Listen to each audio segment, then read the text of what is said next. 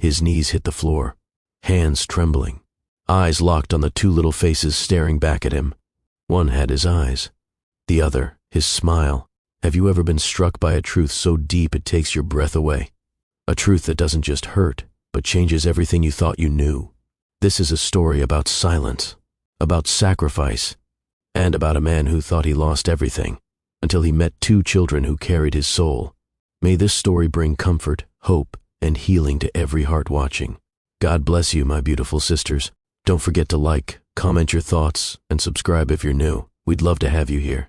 The ballroom shimmered with wealth, crystal lights overhead, silverware gleaming. On white silk tables and an endless sea of designer gowns and sharp tuxedos. Soft strings played a melody that danced through the air like snowflakes, delicate and intentional. Servers moved like shadows, weaving between guests with trays of champagne and candied delicacies. It wasn't just an event. It was a display, a statement of who had made it and who still dreamed of doing so. The room held power, influence, and secrets, dressed in polished shoes and whispered deals. The kind of evening meant for handshakes and headlines. But beneath the shine, something colder stirred. A hush rolled over the crowd like a ripple. Heads turned subtly, first out of curiosity, then with a silent knowing. He had arrived. Cade Remington. He didn't need an announcement.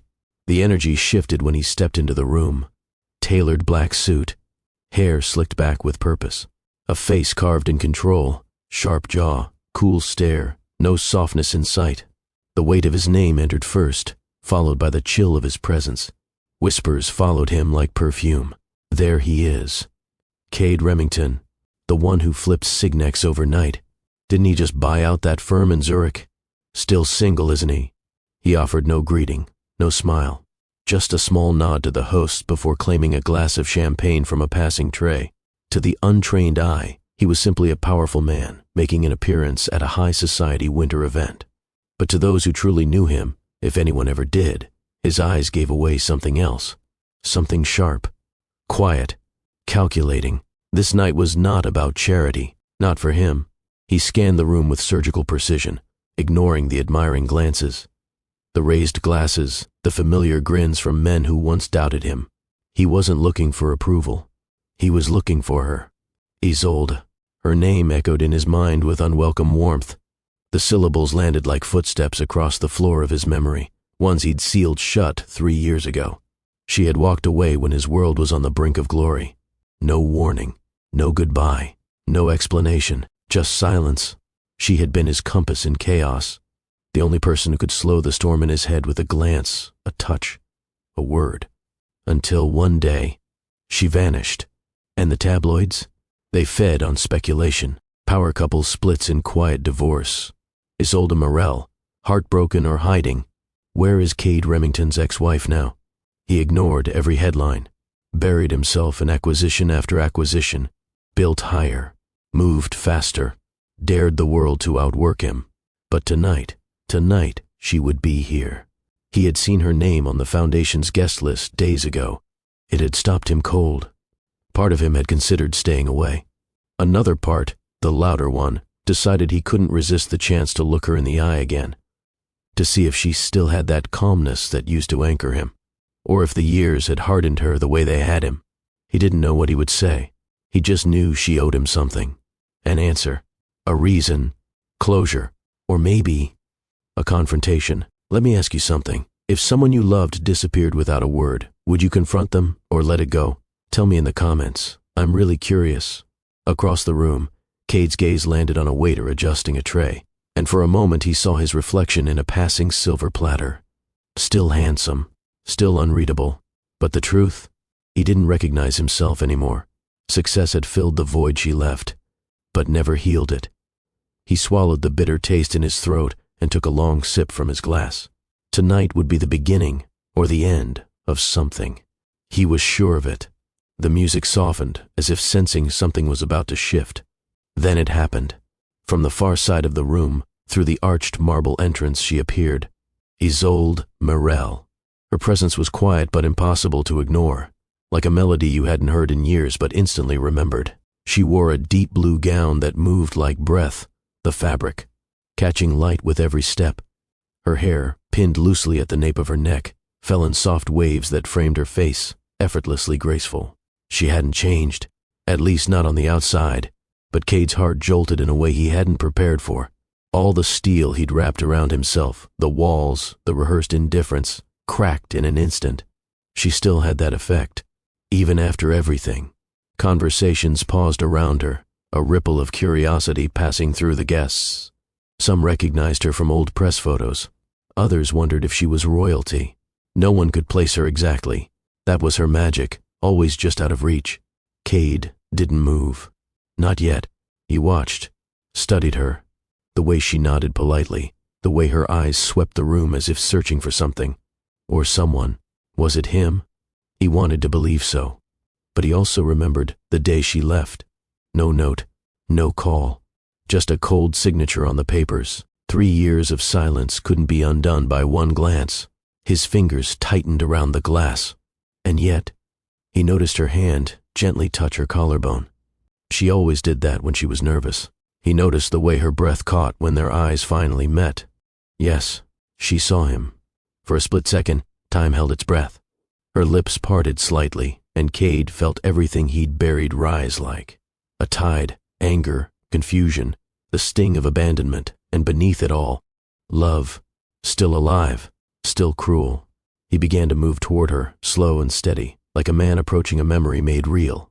Each step stripped away a layer of composure. With every stride, the years they lost echoed louder in his chest. She looked frozen, but not out of fear, out of guilt. Good, he thought. She should feel it. He reached her just as the music changed to a quiet piano piece. Around them, the party continued, but it all felt distant. Just her. Just him. Face to face again. He let silence stretch for a beat too long before finally speaking. "You made it," he said, voice low and unreadable. Isolde's expression didn't falter, but her eyes, those deep, quiet eyes, flinched just slightly. "I did," she replied softly.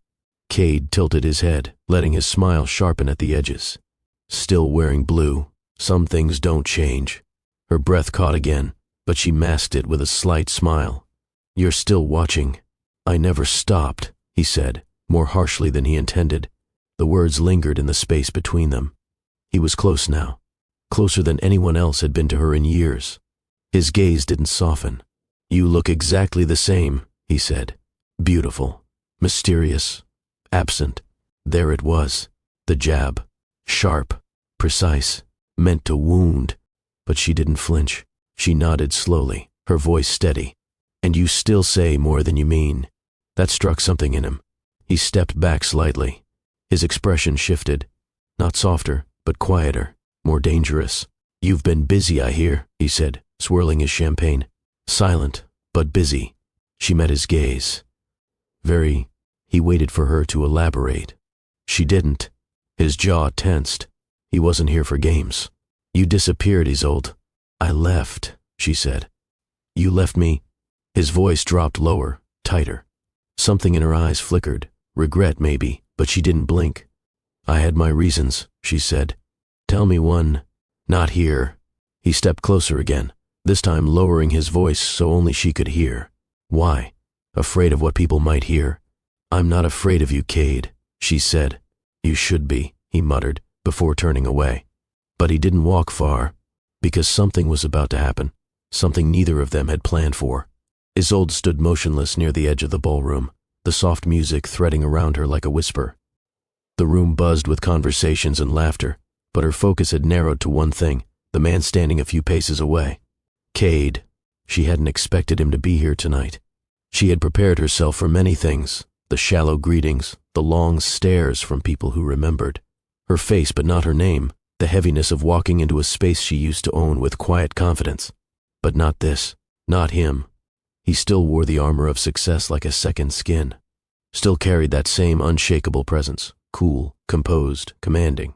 She felt it the moment their eyes met. The world didn't fall away, didn't blur into the background. It sharpened, focused, tightened into that single instant where breath became hard to find. 3 years. 3 years since she last stood in front of him. He had changed. Sharper around the edges. Colder. But the eyes were the same ones that once looked at her like she was his whole world. And now they looked through her. She adjusted her posture, lifting her chin slightly, forcing her expression into something calm, poised, controlled. But inside, her thoughts surged like waves on stone. He doesn't know. How could he? How do you tell a man you once loved that you left because you were carrying his children? And thought you might die? How do you explain walking away not because you stopped loving him, but because you loved him too much to ruin the one chance he had to build everything he'd worked for? She could still see the moment it all changed. 3 years ago, sitting in a quiet exam room with sterile walls and the sound of her own heartbeat pounding in her ears. The doctor had been kind, but direct. You're pregnant, with twins, but there are complications. Serious ones. She had nodded, asked the questions, processed the risk. And all the while, Cade was halfway across the world, signing the deal. That would catapult his company into a league no one thought possible. She remembered staring at her phone that night, fingers trembling, wanting to call him. She had even dialed. But it wasn't Cade who answered. It was his assistant. "We're in Tokyo," the woman had said, voice clipped. "Mr. Remington's schedule is locked for the next 72 hours. He's under intense pressure. He'll call you after." He never did. By the time he returned, she had already made her decision. She packed a single bag, left the apartment they once shared, and disappeared into a quiet life far from cameras, contracts, and headlines. Across the ballroom, Cade's voice still echoed in her ears. "You left me." If only he knew the weight behind that choice. She hadn't left him. She had left for him. He was burning the candle from both ends, teetering on collapse. There had been no space in his world for fear, for complications, for the kind of stress her pregnancy would have introduced. He was barely breathing back then, and she refused to be the one to push him over the edge. But now, standing here, facing him again, she wasn't sure if it had been bravery or cowardice. The children had saved her. Their tiny heartbeats, flickering on a screen, had given her something to live for, to fight for. Still, some nights, when the house was quiet and they were tucked in bed, she wondered what it might have been like if she had stayed, if she had fought harder to reach him, if he had heard her voice, really heard it. Would things have been different? She would never know. She walked slowly toward the back of the room, needing space to breathe, to think. Every step felt like she was walking on glass. Tonight was meant to be brief. A simple appearance, show her face, make her donation and leave before anything, or anyone, could catch up to her. But something was already going wrong. She had asked Noemi to arrive later, with the children, much later, but a message buzzed quietly in her purse. She read it under the tablecloth. "Change of plans. Traffic's horrible. The twins are already asking for you. We're almost there." Her stomach dropped. Noemi was careful, always, but even she didn't understand the weight of this moment. They weren't supposed to see him. Not yet. Not like this. Isolde slipped through a side archway, away from the crowd, away from the sound. Her breath was shallow now, heart pounding against the cage of her ribs. What happens if he finds out? What happens if he sees them? And knows? Am I ready for that? She looked down at her hands. They weren't shaking. Not yet. But her heart was no longer hers. It belonged to two small souls. And everything she did, every decision she made, was for them. Even this silence, even this pain. She returned to the ballroom just in time to hear Cade's laughter. Not warm, not joyful, just controlled. The kind of laugh that masked something darker underneath. Not anger, no, not just that. It was a sound born from years of holding back what should have been said, and now there was too much to unpack. Too many gaps in the story. He was surrounded now. People gravitated toward him like planets to a star. Industry heads, society elites, women who hadn't stopped watching him since the moment he arrived. But he wasn't looking at any of them. His gaze kept flicking toward the corner where she had disappeared minutes earlier. He was waiting, not for the party, not for attention, for her. Isolde gripped the edges of her clutch and forced herself to breathe. Calm on the outside, spinning on the inside. She felt the message still glowing on her phone like a warning. The twins are almost there. They were never supposed to be part of this night. She had arranged everything carefully, planned for them to arrive well after she was gone. She'd wanted to protect them from this world, the flashing lights, the hungry whispers, the curious stares. But maybe it was time. Maybe it was always going to happen this way, no matter how she planned. She sat briefly at an unoccupied table, her fingers brushing over the fabric of her gown as if grounding herself through texture. Her mind drifted to their first apartment, to sleepless nights filled with ideas and ambition. Back when Cade still smiled with his eyes. Back when love didn't have to be defended, it just was. They had believed in each other, completely. And when she left that belief behind. The memory came back uninvited. She'd been holding the ultrasound image when she walked out, the sound of their tiny heartbeats still ringing in her ears. She had looked around the penthouse one last time and whispered, "I'm sorry." There had been no other choice. She wouldn't burden him with fear, not when he was one misstep away from collapse. His eyes were already sunken back then, his hands shaking behind closed doors, his voice growing colder with every sleepless night spent in negotiation rooms and flights that blurred together. She loved him. That's why she left, because she believed love should never feel like a weight. Now she wasn't so sure. 3 years later, she still carried the silence like armor, but also like punishment. There were nights when she sat by the twins' beds, wondering if she had done the right thing, if Cade would ever forgive her, if she would ever forgive herself. Her daughter had his smile, gentle, crooked on one side. Her son had his quiet intensity. They were both reminders of what was, of what could have been, of what still might be, but only if truth was allowed to breathe. The doors at the back of the ballroom creaked slightly. No one else seemed to notice, but she turned instantly. Noemi had arrived. Isolde's heart skipped. There they were, small, wide-eyed, and beautiful. Her son clutched his sister's hand, his velvet jacket just a little too big. Her daughter's curls bounced with every step, her lace-trimmed dress swaying as she turned to whisper something to her brother. They were supposed to be invisible tonight, but there was no way to make something that pure invisible. People were already noticing. A few heads turned. A murmur rose among the guests like a soft wave. Noemi spotted her across the room and gave a subtle nod, but it was too late. Cade had seen them. He turned toward the children with a confused expression. His body stilled. The glass in his hand stopped midway to his lips. His gaze narrowed as if trying to process what he was seeing, what his mind wouldn't yet allow. He tilted his head. The girl's smile, the boy's eyes, it hit him slowly, like frost creeping along a window pane. Inevitable, unstoppable.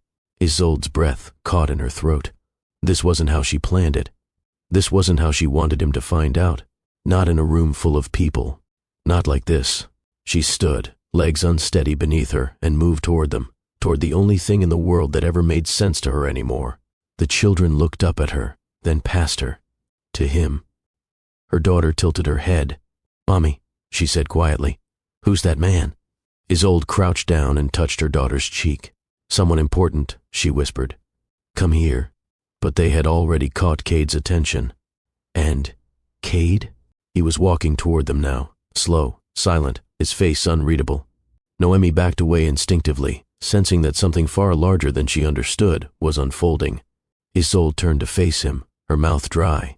She didn't have to say it. He already knew. Cade's footsteps were silent, but they carried weight. He stopped just a few feet away from her, his gaze locked, not on the children, not on the friend who had escorted them, but on Isolde. He didn't speak right away. He studied her. The children stood by her side, holding her hands, blissfully unaware of the storm gathering behind their father's eyes. "Tell me I'm wrong," he said, voice low and deliberate. Isolde's heart thudded in her chest. She said nothing. He tilted his head, that polished exterior still in place, but barely. "Say it," he pressed. "Say they're not mine." She looked down at them. Her daughter was now playing with the edge of her lace sleeve. Her son was blinking up at Cade with a curiosity too familiar to ignore. Cade followed her gaze, and when his eyes returned to hers, something cracked. "So you just disappeared," he muttered. "Not just from me, but from them too." She swallowed hard. "I never disappeared from them, but from me," he snapped. "You disappeared from me." His voice was louder now. Guests were beginning to glance over. Isolde lowered her voice, trying to calm the tremor in her chest. "This isn't the place." Cade's smile returned, but it wasn't a smile of joy. It was the kind people wear when everything inside them is breaking, but they refuse to show it. "No, this is exactly the place," he said. "All these people, all this attention, isn't this the life you walked away from? Or was it just me you were running from? She drew in a breath. You don't know what you're saying. He stepped closer. You left me in the middle of everything. No warning, no goodbye. Just gone. While I was breaking my back trying to hold up everything we'd built. Her throat tightened. I didn't leave to hurt you. Didn't you? He asked. Because it sure looked like you ran at the exact moment you could have stayed. She could feel the heat rising in her cheeks, but she didn't let it show. You think this was easy for me? He laughed, short, sharp. I think you made a decision without me. Again. The word hung in the air. Again. Isolde stepped back a little, not from fear, but from the weight of it all. I had my reasons, she said, steady but soft. And I had the right to know, he shot back. You didn't just leave a man, Isolde. You left a father. Her breath caught. Cade noticed. And for a moment, silence fell between them. He looked at the children again. His hand clenched at his side. You knew I would have loved them, he said, quieter now, as if the fight had begun to turn inward. You knew I would have been there. For you. For them. For us. Tears pressed at the edges of her eyes. But she didn't let them fall. Not yet. You were drowning, she said. I was working, he snapped. You were disappearing, she replied, her voice cracking. You were in a different city every week, taking calls at 2 a.m, closing deals that stretched you thinner than I'd ever seen you. I was building our future. No, she whispered. You were burning out.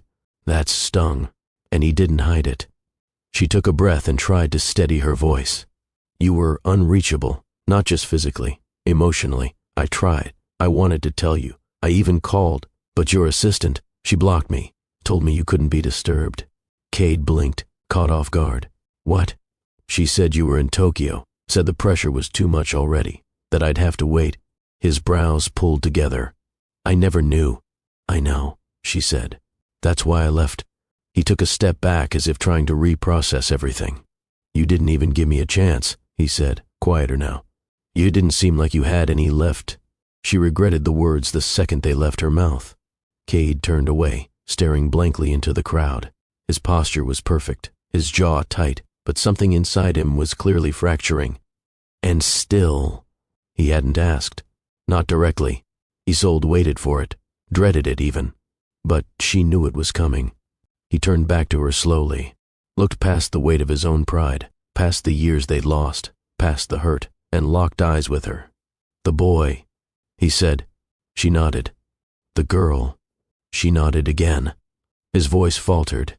They're mine. If you've ever had to carry a secret that could break someone you love, drop A in the comments. Cade stood frozen, his breath uneven, the sounds of the ballroom fading into a dull hum behind the roaring in his ears. His eyes, so often cold, so often unreadable, now shimmered with something close to disbelief. He looked again at the children. His children. The boy stared up at him, silent and curious, still holding his sister's hand. The girl tilted her head, blinking with wide, knowing eyes. Neither flinched. Neither smiled. They didn't need to. He already knew. His throat tightened, but he swallowed hard, forcing control back into his voice. How old? He asked. Isolde's lips parted slowly. 3. A pause.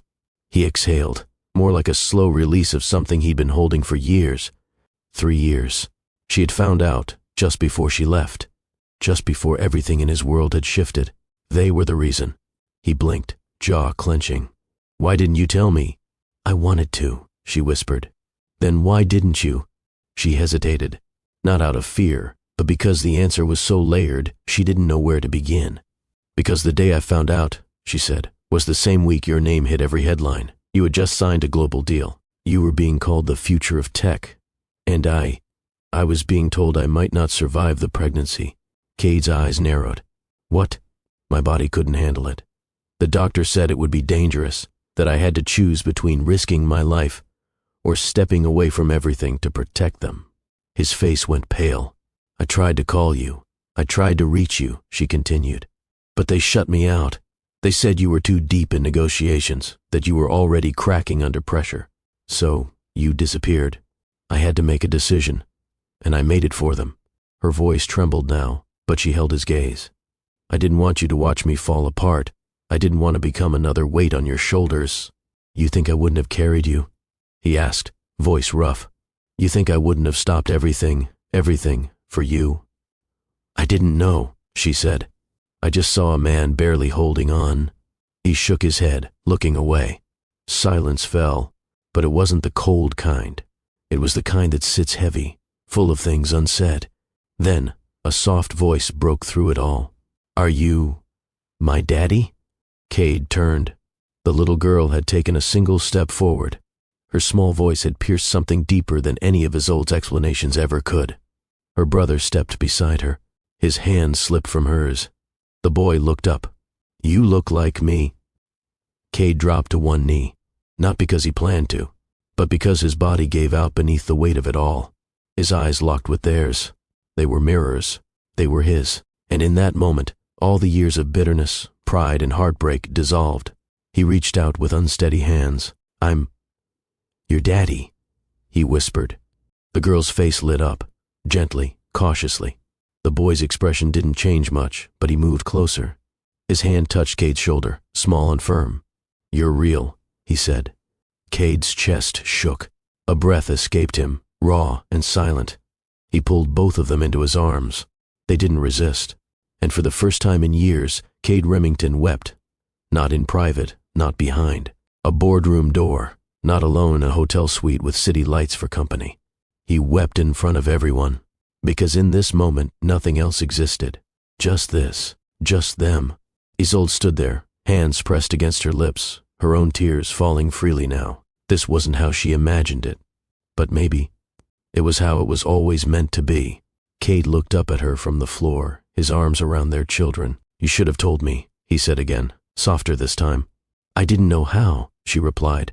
I was scared. He nodded, not in agreement, not in approval, but in understanding, because now he knew what it felt like to lose something you didn't even know you had. The music inside the ballroom had quieted, guests pretending not to stare but fully entranced. None of it mattered. Cade stood slowly, lifting the children with him, one on each side. They clung to him like they'd known him forever. Maybe they had, in their own way. He walked to Isolde, eyes meeting hers again, this time without defense. Whatever happens next, he said, I'm not walking away. She nodded, her voice gone, because deep down she knew this was no longer a story about a man and a woman who failed each other. It was about what they chose to do now. The quiet hum of the ballroom shifted, first subtly, then undeniably. A rustle moved through the guests like wind across tall grass. Conversations trailed off mid-sentence. Heads turned, one after another. Murmurs rose as eyes drifted to the entrance where two small figures stood beneath the golden archway. A boy and a girl. No announcement, no fanfare, just presence. The boy wore a navy jacket with silver buttons, his dark hair neatly parted to the side. His eyes scanned the room, alert but calm, far too observant for someone his age. The girl, in soft ivory with delicate details around the sleeves, stood beside him with an air of quiet wonder. Her hair framed her face in soft curls, and when she smiled, something familiar flashed across her face. Too familiar. Cade saw them at the same moment the crowd did. But unlike the others, he didn't just notice. He felt it. Something in him stilled. Everything else, the lights, the music, the polite laughter echoing off chandeliers, fell away. The room narrowed. His gaze fixed on them. One glance. That was all it took. The boy's eyes. The girl's smile. The recognition slammed into him like a blow, but he didn't react, not outwardly. His face remained composed. He didn't blink, didn't move, but inside, everything cracked. His grip loosened around the glass he was still holding. It tilted, spilling champagne across his hand, unnoticed. He couldn't breathe. Isolde stepped forward as the children spotted her. They lit up instantly, their bodies relaxing, faces opening. The girl let go of her brother's hand and rushed forward, her small steps quick and certain. Mommy, she called. The boy followed, more quietly, but with equal speed. Cade's heart clenched. That voice, that word. He watched as Isolde bent to embrace them, her arms wrapping around their tiny frames. She kissed their heads, whispering something he couldn't hear. It should have been a beautiful moment, but for Cade, it was a collapse. He turned slightly, as if his body needed to readjust to reality. His vision blurred, not from tears, not yet, but from sheer mental overload. He was a man trained to read balance sheets in seconds, make billion-dollar decisions before breakfast, negotiate with sharks, and never blink first. But this, he had no preparation for this. Noemi approached quietly, her eyes wide. "They missed her," she said gently, answering the question no one had asked. "Traffic was awful. They were getting anxious, so I brought them in." Cade didn't acknowledge her, not because he was being rude, but because he couldn't look away from the children. They stood beside Isolde now, holding her hands, beaming up at her with love so pure it hurt to witness. He forced his body to move. One step, then another. The crowd parted without being asked. They knew something had shifted, even if they didn't yet understand what they were watching. Cade approached slowly, like a man stepping into sacred ground. His thoughts collided violently inside him. 3 years. No call, no letter, no hint, no warning. But there they were, flesh of his flesh. He stopped a few feet away, just as the boy turned and looked directly at him. That stare, it undid him. He had seen that same gaze in the mirror for most of his life. Still, he couldn't speak. Isolde rose slowly, the children holding on to either side of her gown. She met his eyes. He could see the tremble in her chest, the tightness in her jaw, signs she was holding something heavy. "Cade," she said gently, "there's something you need to know." His mouth opened, but nothing came out. His hands flexed at his sides. His breath came too shallow, too fast. He looked back at the children. He didn't need her to say it. He already knew, but he needed her to say it anyway. Because some truths, they had to be heard to be believed. Cade looked at Isolde like she had become a stranger. Not because he didn't recognize her, but because this version of her, standing in front of him with 2 children, was someone he had never been allowed to know. His voice finally came, but it was cracked and brittle. "They're mine, aren't they?" Isolde's throat tightened. Her fingers gripped the hands of the children beside her. Her voice was quiet, measured, but raw. Yes, it was a single word, but it changed everything. He blinked, once, twice. He looked again at the children, now watching the 2 of them silently, sensing the weight of the moment. "They're mine," he said again, this time not as a question, but as a statement that his mind was trying to absorb. Isolde nodded slowly. "I tried," she said softly. "Cade, I tried to tell you." He shook his head. "Don't. You were unreachable." He took a half step back. "You still should have tried harder." Her breath caught. "I know." He pressed 2 fingers to the bridge of his nose, trying to think, trying to stay in control. "Do they know about me?" he asked. She hesitated. "They know they have a father," she said carefully. "But I never told them your name. I didn't want them to grow up with stories about a man they'd never met." Cade laughed under his breath, dry and cold. "So they didn't even get my name?" "No," she said. "But they got your eyes, your strength, your quiet." He turned away, then turned back again, unable to decide whether to stay still or move. "And all this time, you've just been living with them, raising them, alone?" "I wasn't alone," she said. "I had Noemi. I had a support system." "That's not what I meant," he replied. She didn't answer, because there was nothing else to say. The boy took a small step forward. He was watching his father with an intensity beyond his years. He wasn't scared, just curious, like he was measuring something. "You look like me," he said again. Cade crouched slowly, his suit pulling tight around his shoulders. He looked at the boy directly. "What's your name?" The boy blinked. "Kaylin." Cade exhaled. "Kaylin." He turned to the girl. "And you?" "I'm Lily," she whispered, suddenly shy. Cade reached out hesitantly. They didn't step back. He didn't touch them, just let his hands hover in front of them, unsure if he deserved it. Isolde watched the whole thing, her arms now crossed against her chest, not defensively, but protectively.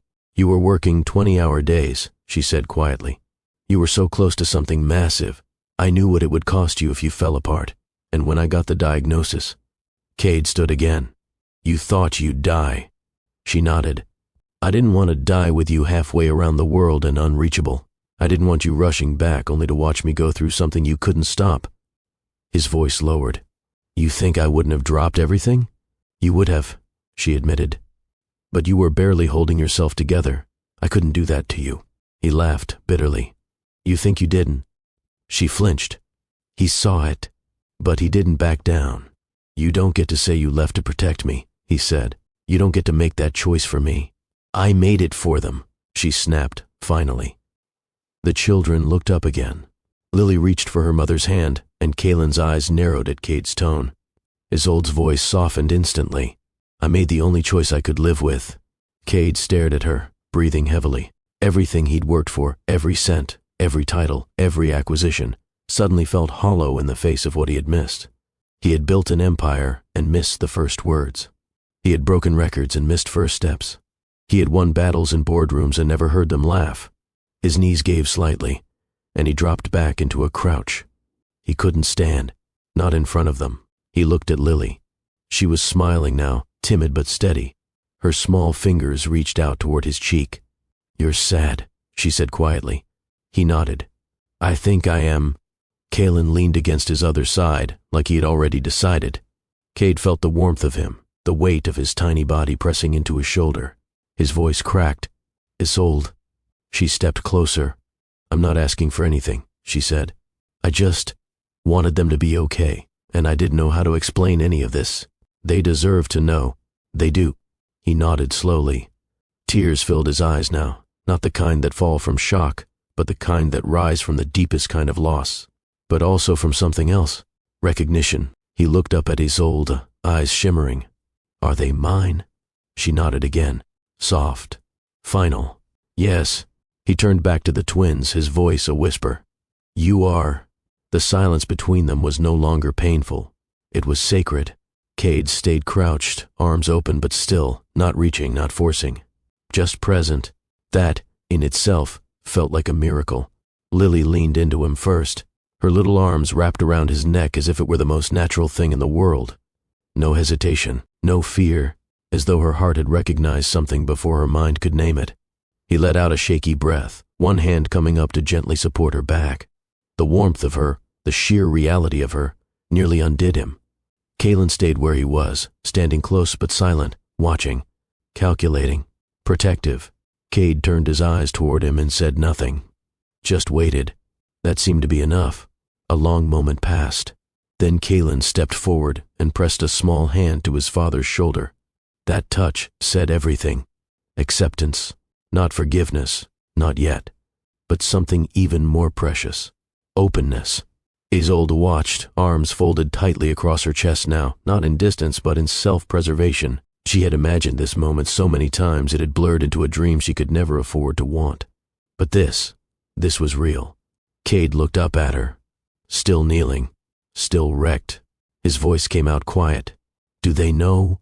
Only that their father was someone special, she replied. Steady, but soft. Someone I wanted them to meet when the time was right. His lips curved into a faint broken smile. I'm not sure I'm that someone. You are, she said. The weight of those two words settled over him heavier than anything he'd ever carried in business. Not because they were painful, because they were true. In the background, the crowd had mostly returned to their mingling.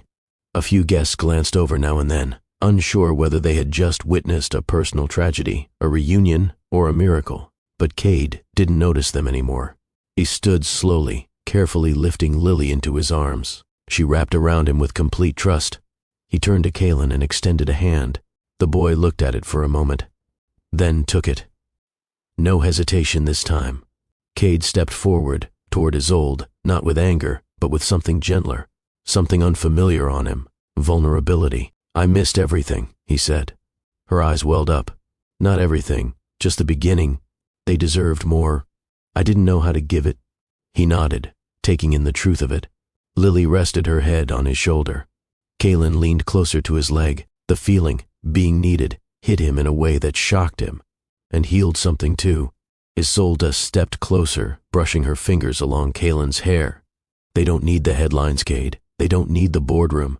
They just need their father. He looked at her, tired, shaken, alive in a way he hadn't been in years. They have him, he said. He shifted Lily gently in his arms and bent to Kaylin's level. Can I come see you? He asked softly. Can I read you stories, make you pancakes? Kaylin narrowed his eyes again, still unsure if this man was serious. Do you know how to make pancakes? Cade laughed. Honest this time. No. Then you have to learn first. Lily giggled. Isolde covered her mouth to keep from laughing. Cade nodded solemnly. Deal. The moment settled like calm after a long wind, not resolved, but beginning. The first brick of something new. Not perfect, but real. He looked at them one last time before glancing at Isolde again. Tell me everything, he said. I will, she replied, one day at a time.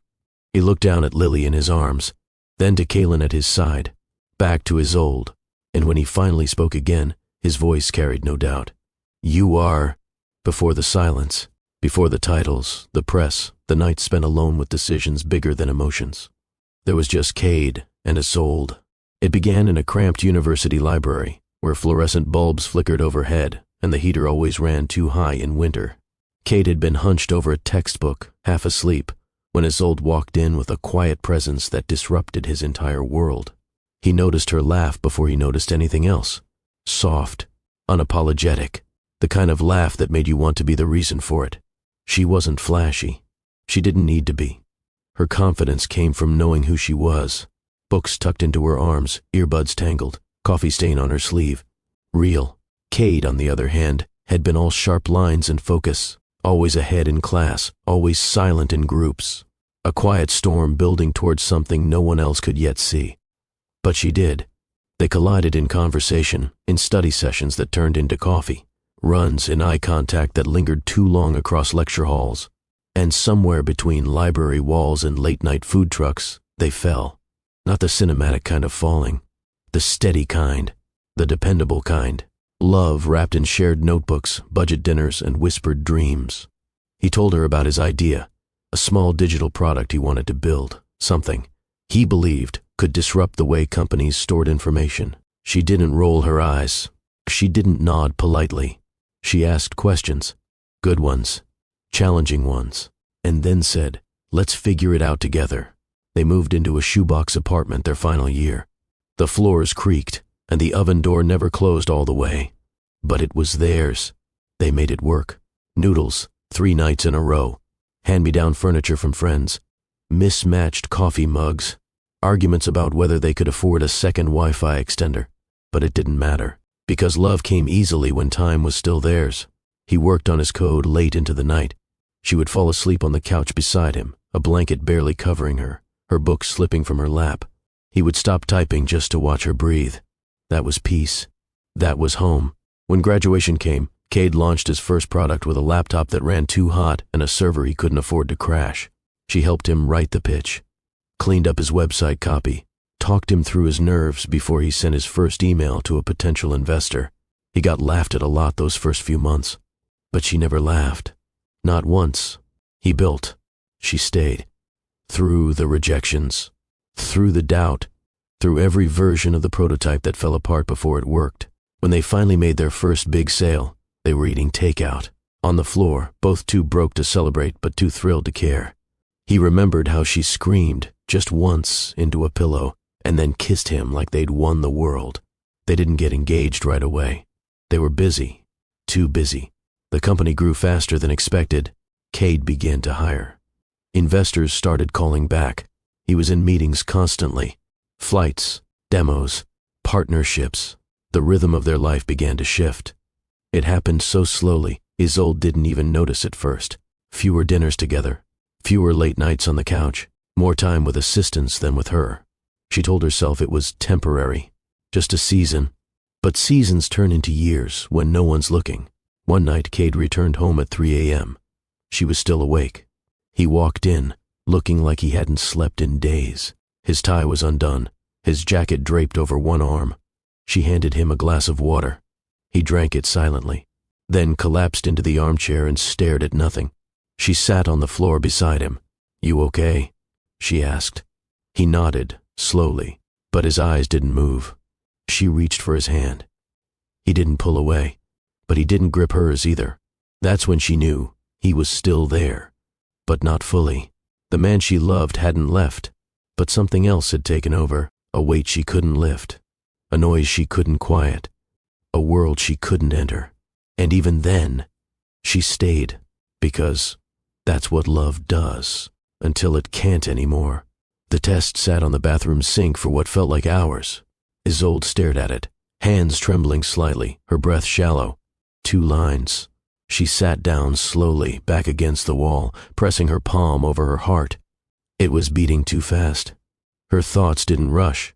They didn't spiral. They simply stopped. Everything around her grew quiet. She didn't cry. Not yet. Instead, she reached for her phone with fingers that barely cooperated. She dialed, straight to voicemail. She tried again. This time the call was picked up by a voice that wasn't his. "Hello, this is Ava, Mr. Remington's executive assistant. He's in back-to-back meetings overseas this week. I can pass along a message." Isolde hesitated. "It's important." "I understand," the voice replied, polite but firm. "He's under extreme pressure right now. He needs full focus. Can you hold off until he returns?" The words hit like a locked door. "Yes," she said quietly. "It can wait." But she knew it couldn't. That night, she sat on the edge of their bed, the lights off, the city glowing faintly through the window. She whispered into the silence, "I'm pregnant." There was no one to hear it. No reaction, no joy, no fear, just silence. She placed a hand on her stomach, already protective, already imagining 2 tiny heartbeats instead of 1. A week later, the ultrasound confirmed it. Twins. She laughed, just once, out of disbelief, out of wonder. But the doctor didn't smile with her. "There's something we need to talk about," he said. She listened in stunned silence as words like complications, risk factors, and maternal safety filled the room like smoke. The expression on his face said more than the clinical terms ever could. She asked the hard questions. He answered them without flinching. She left the office with 2 images in her hand and a weight on her chest that she didn't know how to carry. She tried calling Kate again, blocked by the assistant. "Again. Please," she said. "Just tell him I need 5 minutes." "I can't interrupt him, Ms. Morell," the voice replied, growing impatient. "This contract is critical. He's already on edge. If it's not urgent—" "It's urgent," she said, her voice cracking for the first time. A pause. "Then, I'll let him know." He never called. By the end of the week, Cade's company was featured across every major financial outlet. Remington Technologies secures international deal. A new global player is born. She watched him on television, standing next to world leaders and billionaires, shaking hands, smiling politely, commanding the room. He looked tired, but powerful. A man standing on the edge of everything he had dreamed of. She turned the screen off and wept for what she had to do next. The doctor had given her 2 options: fight through the pregnancy and risk severe complications that could lead to hospitalization, long-term damage, or worse, or step back from stress, from exposure, from everything. She asked what would give the babies the best chance of surviving. The doctor didn't hesitate. "Peace," he said. "You need peace, and you need to remove anything that threatens it." So she did. She stepped away from everything, even him, especially him. The night she left, she didn't pack much, just a few things, quietly, carefully. She stood by the doorway for a long time, suitcase by her side, watching the place they had once built together. The walls had gone quiet. The couch had gone cold. She walked into his office one last time. His schedule was still pinned to the board, his laptop still open. Her heart ached at the sight of it all, at the life that had turned into an empire too heavy to hold a family. She placed one of the ultrasound photos on his desk, turned it face down, and walked out. The city didn't notice when she left. There was no press release, no public goodbye, just a woman slipping through the cracks of her own life, carrying 2 heartbeats no one knew existed. She stayed with Noemi first, quietly, discreetly. Her friend didn't ask too many questions, didn't demand details. She simply opened the door. Isolde spent the first week sleeping more than she spoke. The weight of her decision hadn't settled yet. It hovered above her, waiting for a moment to crush her.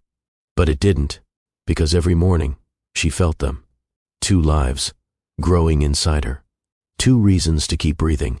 She deleted Cade's number from her phone, not because she hated him, not because she was angry, but because she knew herself. If she didn't erase the line, she would call again. And this time, she might beg. She couldn't do that. Not now. Not when peace was the only thing that gave the babies a chance. The days blurred into a routine that was both fragile and sacred. Morning walks, doctor's appointments, Journals filled with her thoughts, written not for her, but for them. She read out loud to them, played soft music, whispered names she wasn't sure she'd ever speak out loud to anyone else. She didn't know if Cade was looking for her. Sometimes she hoped he was. Sometimes she prayed he wasn't, because what would he find?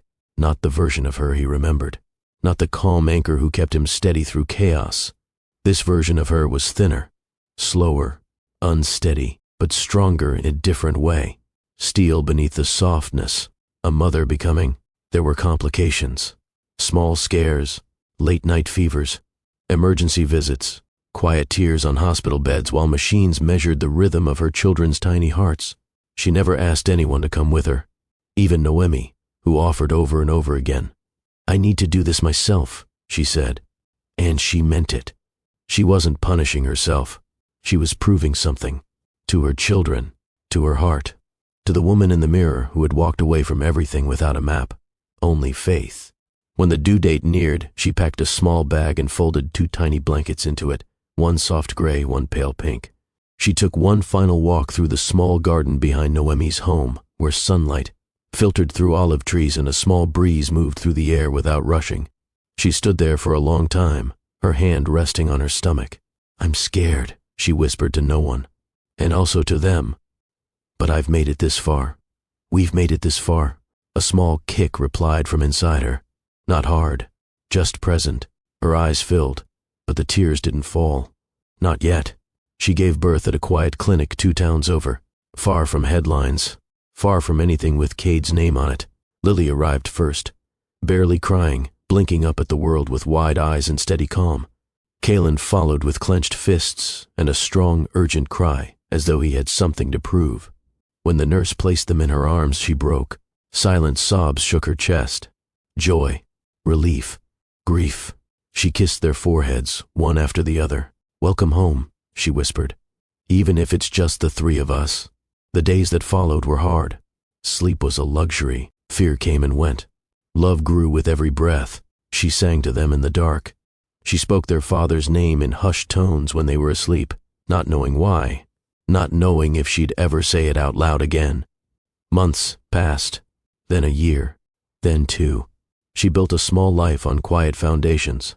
No headlines, no noise, just early mornings, spilled juice, and bedtime stories. Every now and then she would look out the window and wonder if Cade had moved on, if he'd ever find her. But she never reached out. Not because she didn't want to, but because she was still keeping her promise, to protect them. One night, after she tucked them into bed, she sat by the window and stared out at the stars. She hadn't written in a long time, but something stirred in her. She pulled out a pen and an old notebook from the drawer, and on a fresh page, she wrote just 3 words: "He deserves them." Then she closed it and went to sleep. The ballroom was still spinning with movement, but for Cade, it had gone silent. The world around him, lights, chatter, footsteps, blurred into a haze he couldn't focus on. Every part of his attention was rooted in one thing, them. The weight of Lily in his arms, the way Kalen's small fingers still curled around his, the closeness of his old, standing just within reach, but separated by 3 years of silence. Cade had always been in control, in business meetings, in crisis, in grief. But now, he felt undone. There was no script for this, no prepared answer, no exit strategy, only the steady realization that these 2 tiny souls were his. And he didn't know the first thing about how to be what they needed. He shifted Lily slightly, adjusting her on his hip. She looked up at him again, eyes wide, unafraid. "Are you my daddy?"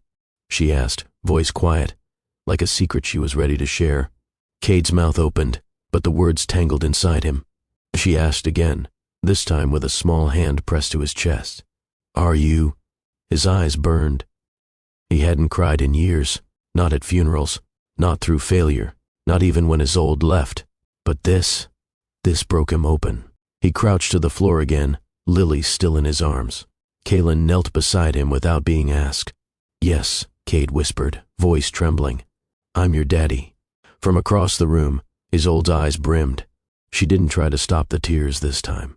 Because this wasn't the pain of leaving. This was the ache of return. Cade didn't move for a long while. His forehead touched Lily's. Kalen leaned his head against his shoulder. They said nothing. And in that silence, something shifted. Not everything was fixed, but something was finally honest. Behind them, the sound of the string quartet softened, one slow note, stretched across silence like a single breath held in reverence. No one in the crowd dared interrupt. Even the waitstaff paused. This was no longer a party. It was a reckoning. Cade finally rose again, his arms full, but his heart heavier still. He turned toward Isolde. They stood face to face again.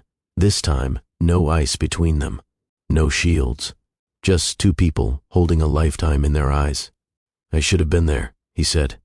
I know. I would have come back if I had known. I know. He looked down. 3 years, he whispered. She nodded. You missed everything. I know, he repeated. A beat passed. But I'm here now. Isolde looked at him, really looked.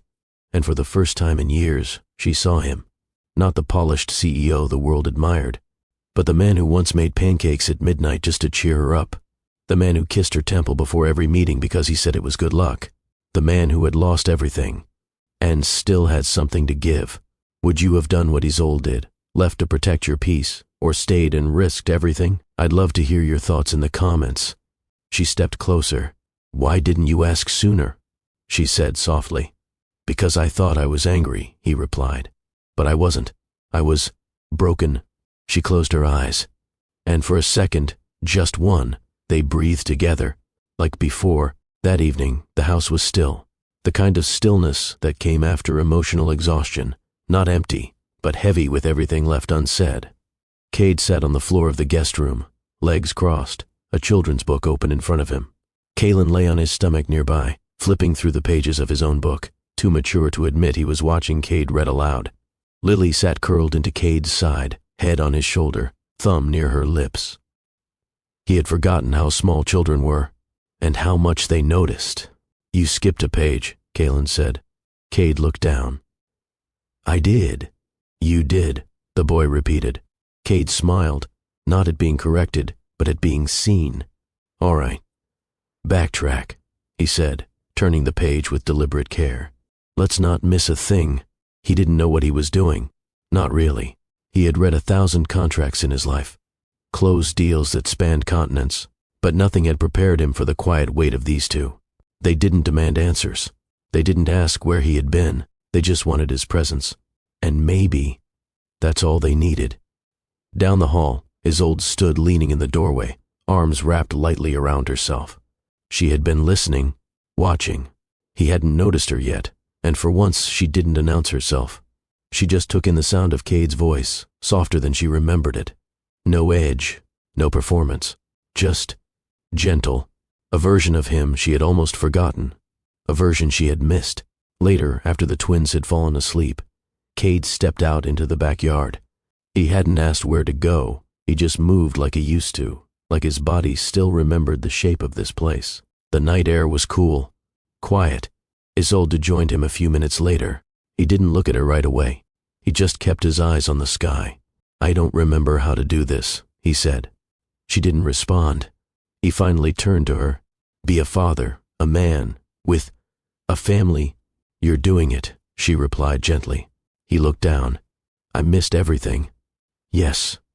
The honesty didn't sting. It settled, but they don't hold that against you, she added. Shouldn't they? They don't know how to, she said. All they know is that you showed up. He nodded slowly.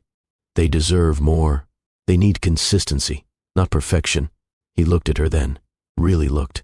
The years had changed her, not hardened her, but deepened her. He could see the quiet resilience in her eyes now, the tired strength of a woman who had been everything to 2 children without complaint. You did all of this alone, he said. I had help, she said quickly.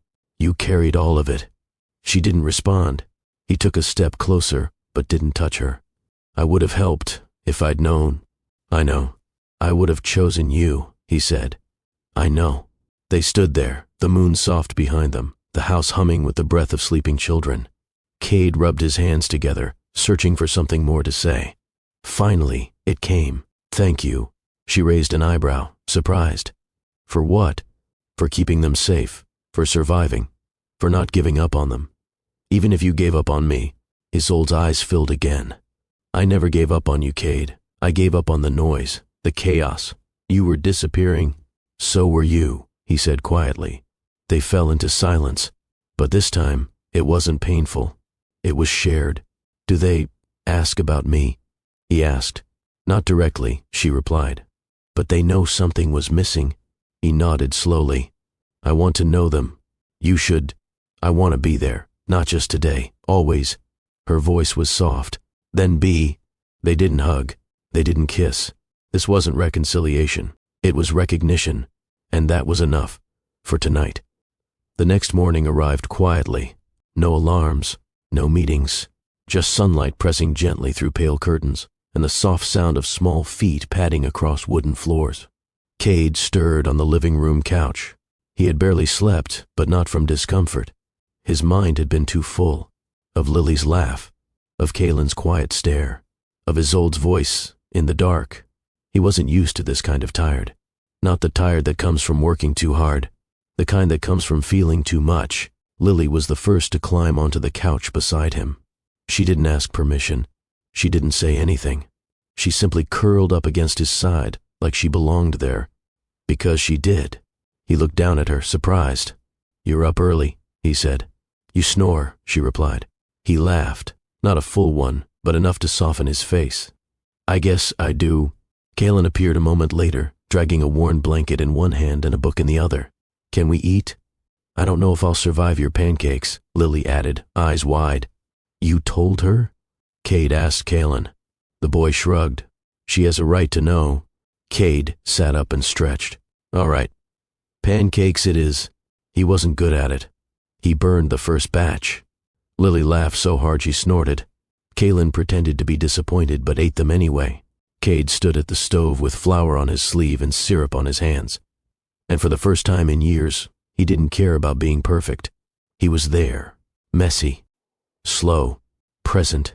Isolde leaned against the kitchen doorframe, arms folded, watching them without interrupting.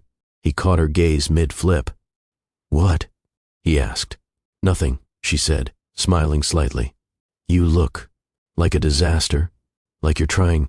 After breakfast, they went to the park. The children ran ahead while Cade and Isolde followed at a distance. Parents and nannies chatted nearby, but Cade paid them no attention. His eyes were on his children, the way Kaylin stayed close to his sister, the way Lily kept looking back to make sure he was still there. I don't know what I'm doing, he admitted. You're not supposed to, Isolde said. That's how you learn. I don't want to miss anything else. She looked at him. Then don't. They sat on a bench beneath a large tree. The kids were busy digging in the sandbox nearby, already in their own world. Do they talk about the future?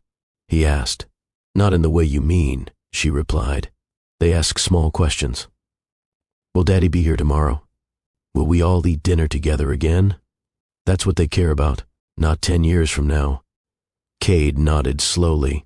He watched Kaylin help Lily up after she tripped, brushing sand from her knees like he'd done it 1,000 times before. They're better than I deserve, he said quietly. Isolde didn't argue, but she didn't look away either. Later that evening, after the twins were tucked in and the house was still, Cade stood at the kitchen sink, rinsing plates that weren't his, in a house he hadn't lived in. Isolde joined him, handing him a towel wordlessly. You stayed, she said. He glanced at her. Didn't feel like I had a choice. You did. He nodded. But I don't want to leave, he said. She looked down at the towel in her hands, then back up. Then don't. No grand gestures. No sweeping confessions. Just two people standing at a sink, deciding, quietly, to keep trying. Because now, the heart had awakened, and there was no going back. Time didn't rush. It moved gently, day by day, visit by visit. Cade began showing up every morning at 8 a.m. No one asked him to. He just did. Sometimes he brought fresh muffins, other times just coffee, both hands full and unsure of where to set them down in a kitchen that didn't feel like his yet. He never made announcements.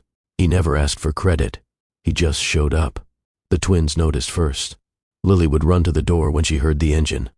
Kaylin tried to act unimpressed, but Cade caught him watching from the window more than once. They tested him. Little things. Questions with no warning. Mood swings without logic. Messes made just to see if he'd still be there when it was over. He never flinched. He got on the floor with them. Played games he didn't understand. Sat through shows with talking animals and voices that grated against everything in his adult brain. But he listened. He laughed when they laughed. He asked questions. Real ones. And he remembered the answers. Isolde kept her distance at first. She watched from the hallway, folded laundry slowly, answered texts she didn't care about, anything to avoid how she felt when she heard her children calling him Daddy. The first time it slipped out, her heart squeezed. The second time, it cracked. By the fifth, she had stopped correcting them in her head.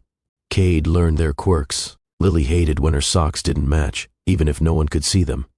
Kaylin had a habit of humming when he was focused.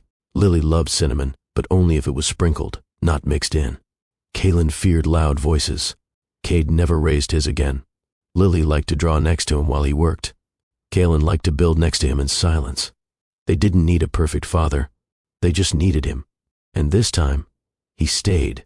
One afternoon, while Lily napped and Kaylin played with toy bricks on the rug, Isolde sat beside Cade on the couch. She didn't speak right away. He waited. Finally, she said, "They've never laughed like this before." He looked at her, cautious. "Is that a good thing?" She nodded. "It's everything." That night, he stayed for dinner. Kaylin insisted on setting the table. Lily made place cards. Cade's read Dad in purple crayon. No one mentioned it, but no one removed it either. After dinner, Cade stood at the sink again, sleeves rolled. Isolde leaned beside him. He passed her a plate. Their hands brushed. This time she didn't pull away. That weekend, he asked if he could take them to the museum. "Just the three of us," he said. Isolde hesitated, not because she didn't trust him, but because this would be the first time. They'd be alone with him. She looked at the kids. Their excitement said it all. She nodded, and packed their little backpacks with care. When they returned, Cade was carrying a canvas Kaylin had painted, a messy blur of blue and yellow. "Apparently I'm not allowed to throw this away," he said. Kaylin crossed his arms. "It's your face." Cade looked at the blotch of color. "I'll frame it." He wasn't joking. The fridge began to fill with drawings. The hall closet had a pair of Cade's shoes. The toothbrush holder had 4 slots now. None of it was official, but it was real. The sky was clear that night. No clouds, just stars, scattered wide and bright. Cade sat on the back steps, elbows resting on his knees, the cool air brushing over his skin like a reminder that this moment wasn't part of a dream. Behind him, the porch light flickered once, then settled. The door creaked open. Soft steps approached. Isolde. She carried 2 mugs, steam rising from both. She handed him one without a word and sat beside him. Close, but not touching. Just like old times, back when they were still figuring out how to love each other, back when everything felt simple. They sat like that for a while, the silence between them familiar and comfortable. The twins had fallen asleep hours ago. The house had gone still. Cade sipped slowly. "You still drink it black?" She nodded. "Some things don't change." He looked at her. A lot of things did. She didn't deny it. "I used to dream about this," he said. "Not the porch, not the coffee, just sitting beside you again. No tension, no time limit, no people needing something from me." Isolde stared straight ahead. "I used to dream about peace." He nodded, understanding what she meant without asking for more. They watched the sky. "Do you blame me?" he asked quietly. She turned toward him, caught off guard by the softness in his voice. "For what?" "For building something so big I couldn't see what was right in front of me." Her eyes dropped to the edge of the mug in her hands. "I used to," she admitted.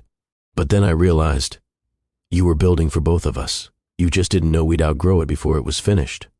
That stung, but not in a cruel way. It was honest, and that was something he hadn't earned in years.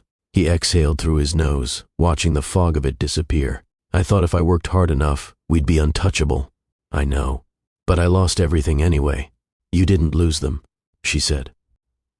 He looked at her. "You didn't lose me either."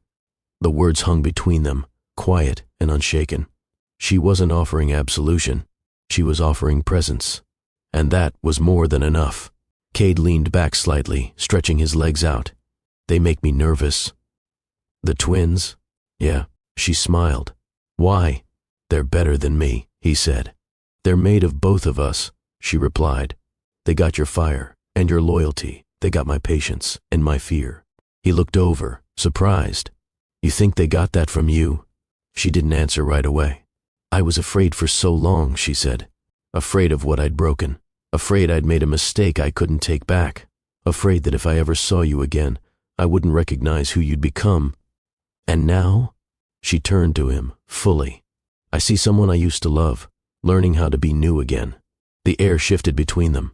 Not charged, not heavy, just open. Cade placed his mug down on the step and rubbed his palms together slowly. I don't know how to start over.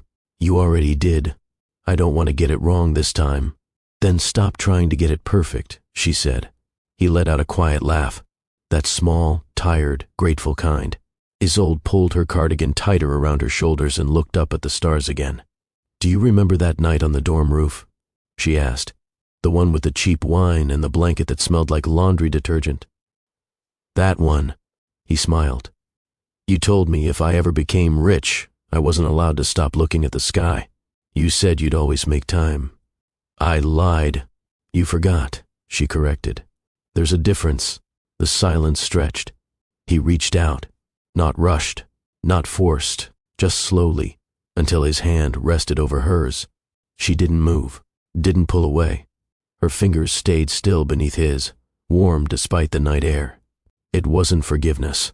It wasn't a promise. It was permission. Cade turned his head toward her, voice low. I never stopped loving you. I never stopped loving you. The words hung in the air like a soft breeze, unrushed, unguarded. Cade didn't say them with expectation. He said them because they were true. Isolde didn't answer right away.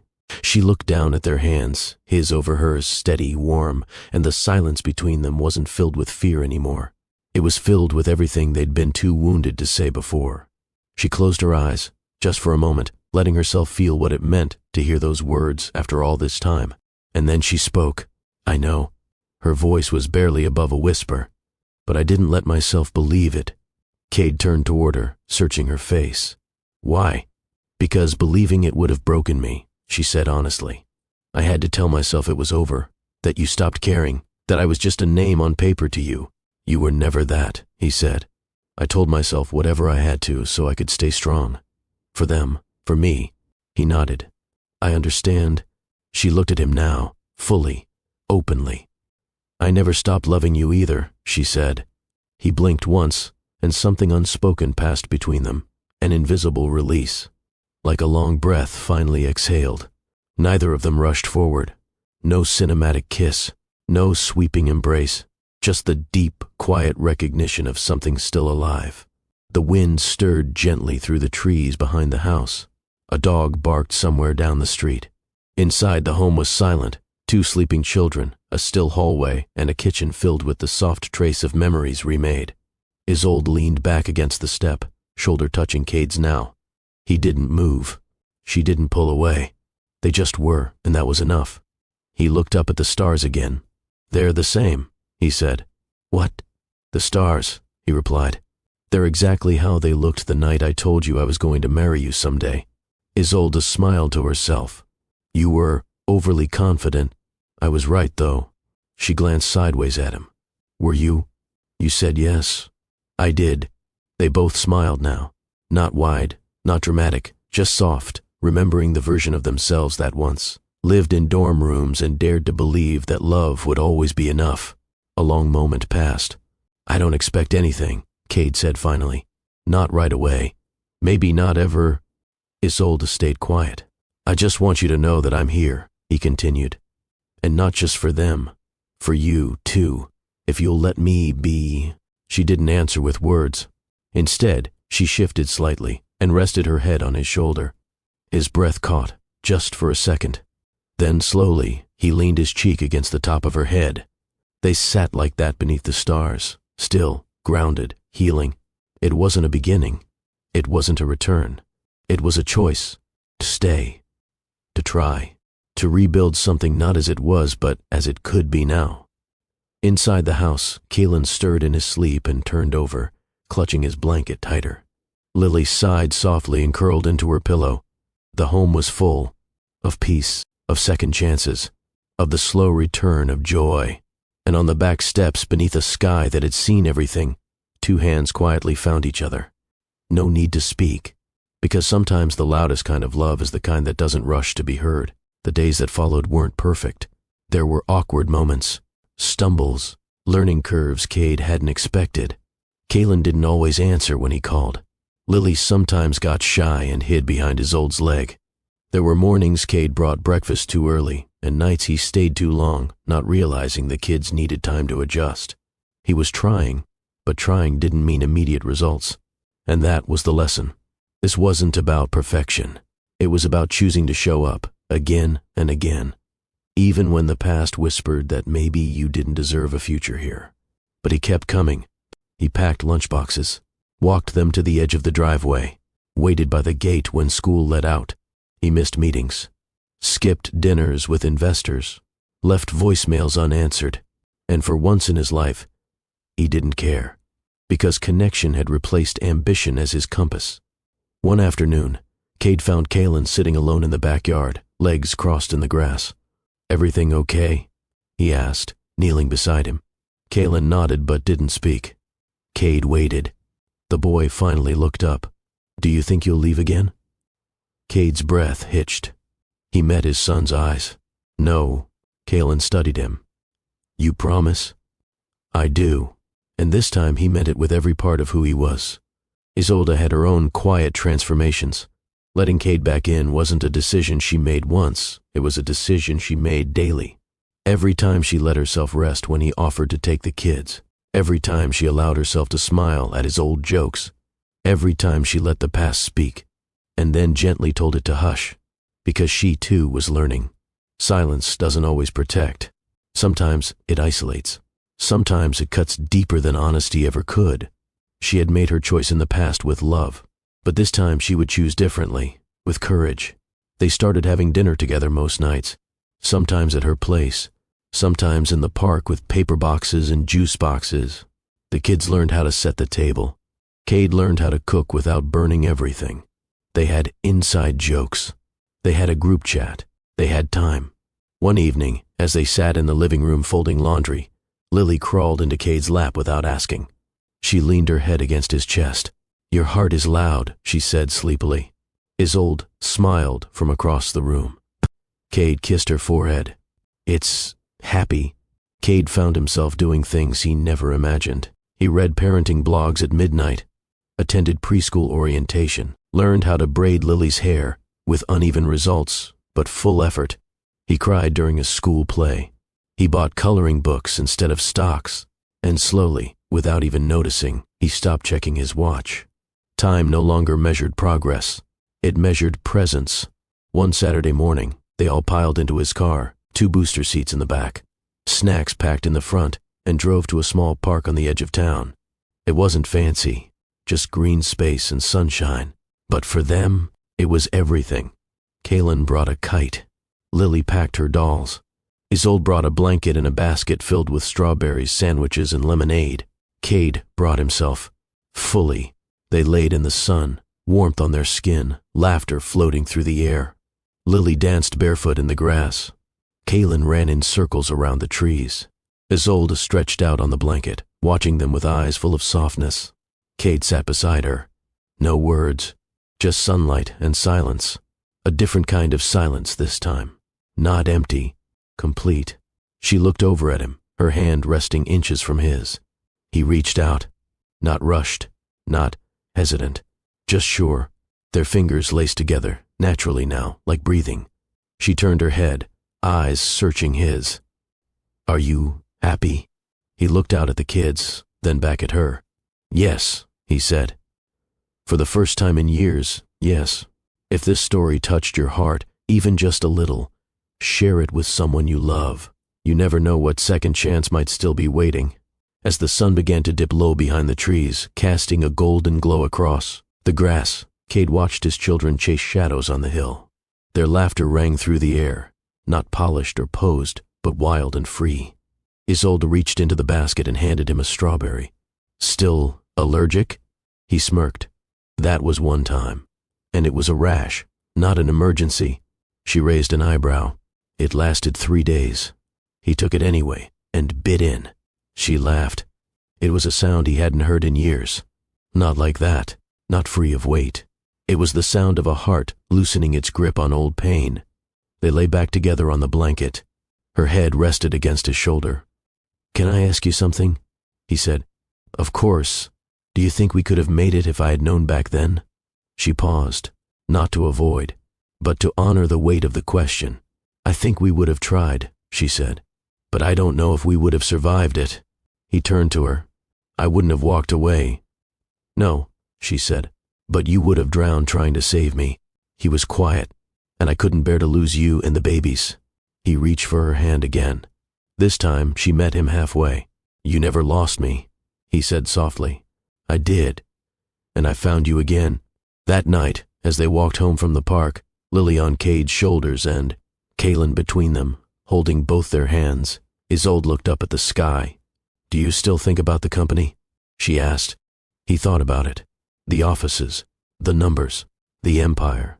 "I think about what I traded for it," he said. "And I think about how close I came to building a throne with no one beside me."